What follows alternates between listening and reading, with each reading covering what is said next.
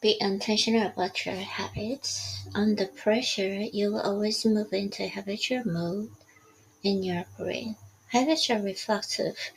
For example, if you want to maintain a high level of fitness, but you're in the habit of going to the gym twice a week, and you sneak a lot of junk food in your diet, you are not going to achieve that goal. If you want a close, neat, and a happy family life, do you schedule a date night once a week with your spouse or private time with your kids? Okay, the science of habits. When you understand how habits are created and why your brain uses them, it benefits you. Learning how to upgrade your habits makes more sense. Life would be so much easier if we live in a relaxed state all day long. Oh, yeah, that's true. Instead, often we live with a varying degree of pressure and stress. This stress can be caused by anything such as paying bills, hitting a pressure shot in a game. If you're a basketball player, having a disagreement with your spouse, or attending an important meeting with your boss or a big client. On the other hand, you view these as normal parts of your life. However, in neurological terms, your brain does not distinguish between these events and treats them as threats. When we perceive these threats, our brain flips a switch, moves out of thinking mode, and goes into reflexive mode. We react and revert to what we know as a form of protection, and what we know are the habits. In biological terms, in response to perceived threat, your hypothalamus activates and promotes your adrenal glands to release hormones, including adrenaline and cortisol. Adrenaline increases your heart rate, raises your blood pressure and energy levels. Cortisol is the body's primary stress hormone, and when it's activated, it releases glucose into the bloodstream. Oh, that triggers several bodily functions, including alarm system in the regions of the brain that control mood, motivation, and fear. Also, when stress hits you go into the habit mode. If you don't have the right habits in place, you will sink into depression, despair, and fear. When this repeatedly happens over a, a long period, it can lead to chronic anxiety, heart disease, problems, weight gain, digestive problems, and memory and concentration degradation, among others. By contrast, when you engage in a positive habits that result in good outcomes, your body produces dopamine. Dopamine creates a sense of euphoria, and this euphoria dials your bodily systems back and conserves energy, which is what your brain naturally tries to do as much as possible. If your habits involve confidence, passion, resilience, strength, and peace, you will reflexively respond with those emotions when stress hits. Dopamine pathways control the operations of the basal ganglia. Basal ganglia are located near the base or bottom of the brain. This clutter of nuclei has extensive roles in the brain, including involvement in a variety of cognitive, emotional, and movement-related functions. Here's how this all ties in back to habits. Brains can change and adapt as a result of experience. This is known as brain plasticity and neuroplasticity. Neurons are building blocks of the brain and nervous system.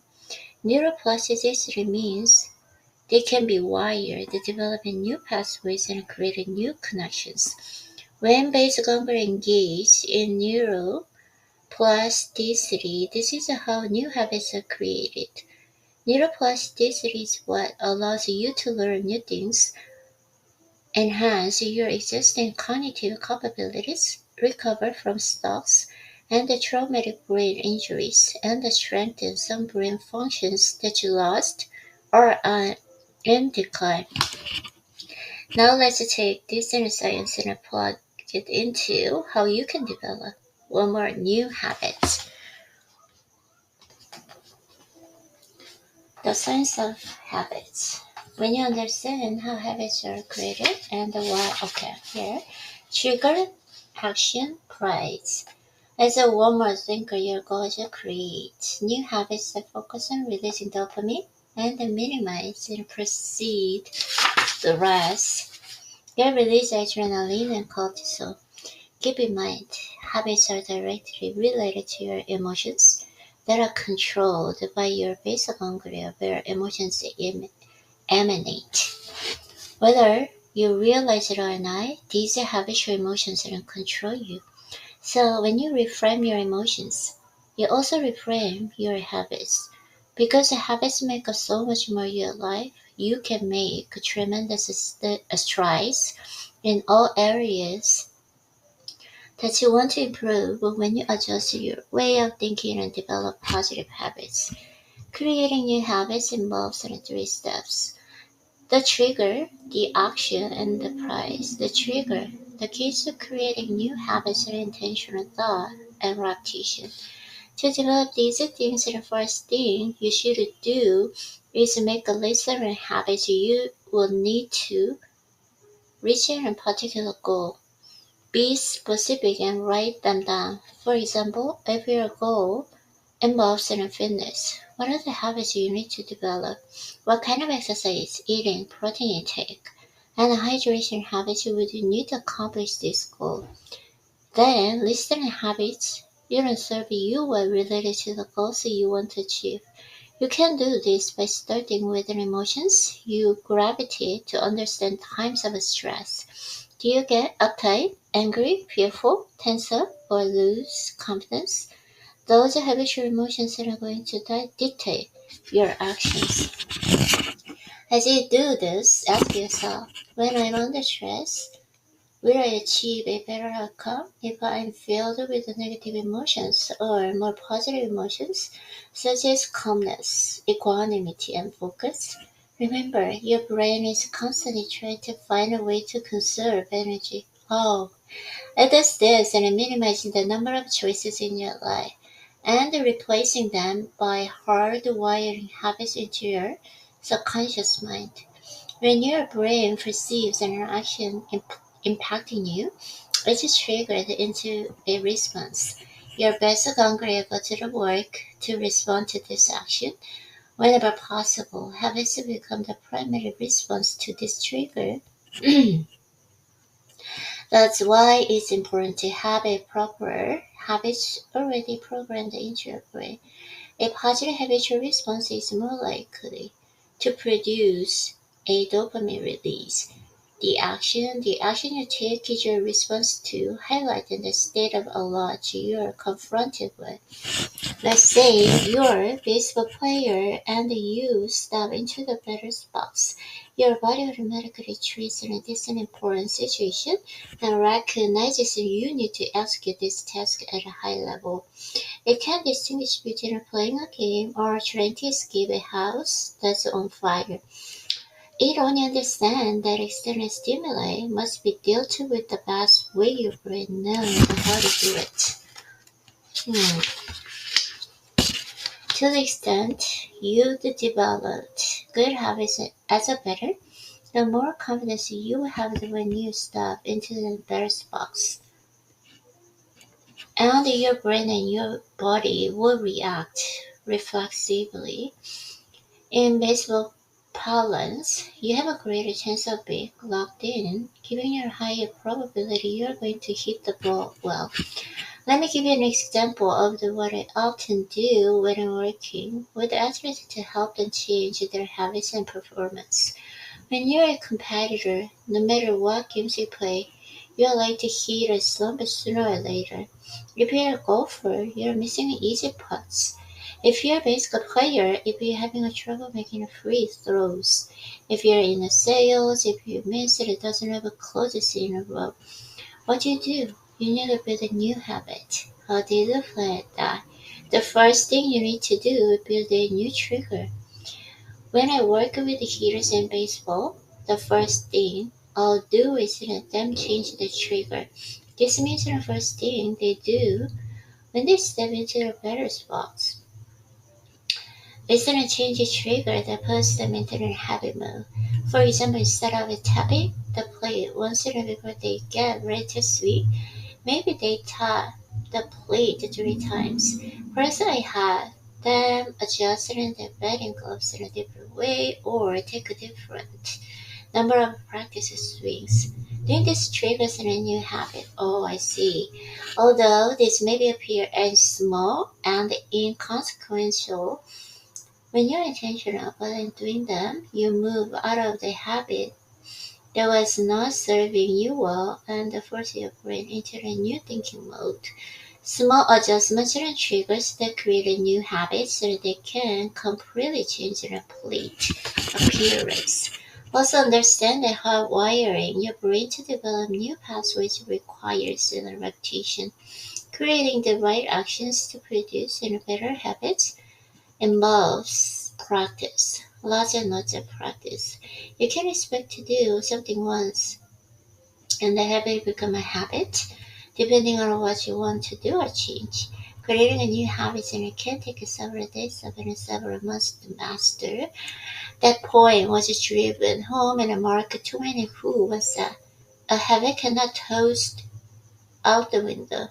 It must quest down the stairs and a step at a time. When you're patient and intentional, in most cases, you can develop a new habit in about 30 days. But you can't be lazy about it. You must work hard, think about what you're doing, and where you want to get to before your new habit will become a reality. A prize. This is the payoff.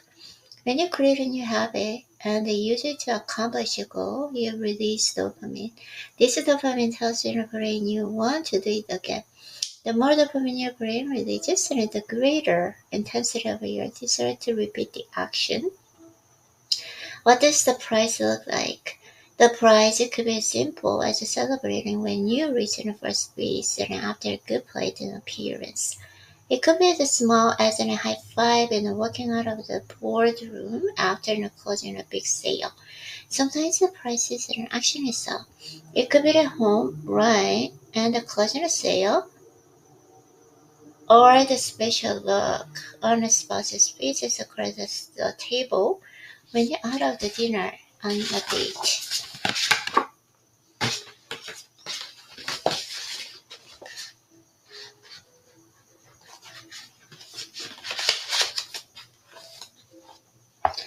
Maybe it's quiet, relaxing with a glass of wine at the end of the good day when you're accomplishing a lot of things that are important to you. When you reframe your trigger and change your actions, your brain responds favorably. Because you've achieved a greater alignment. Instead of battling your brain rewards you. You may be asking yourself, is a prize important? Absolutely, of course. Yeah, definitely. When you give yourself a prize, you create essential reinforcement trigger an action. You locked in the habit-driven chemical reactions you created in your brain. Changing enough habits and getting more prizes is part of your large overall enhanced state of being. Each time you put on one more new habit in place, you'll be happier because you're more productive in advancing your life the way you're meant to do.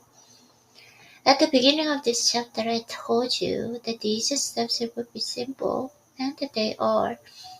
Don't overthink how you go about developing one more habit. 1. Create a new trigger. 2. Execute a new action. 3. Enjoy the prize. Because of the way your brain is hardwired, you're going to constantly engage in your habits. When you created the right habits and you're saving energy and time, neuroplasticity means that you can accomplish this hardwiring and create a new habits is little as 3 days, the vast majority of the time. Examine your current emotions and intentionally look for ways that you can create a new habits Also, intentionally look for ways to eliminate habits you don't serve you well. When you look for the one more opportunities to create new habits, you will find a clear path and one more blissful life. Perhaps more important of all, one more habit could not only change your life, the habit could also save your life. Eating healthy, exercise regularly, getting plenty of sleep, enjoying your hobbies, volunteering in your community, and other similar habits are things that you should actively pursue. I started this chapter by saying, show me your habits and I'll show you your life. I hope this statement makes more sense than for you now. Our habits have consequences. If we take control of our habits on a more consistent basis, we'll have a higher measure of control over the results we achieve. That's why it's essential as a normal thinker to understand the science of habits and the need to be intentional with our actions to positively alter the outcomes in our lives.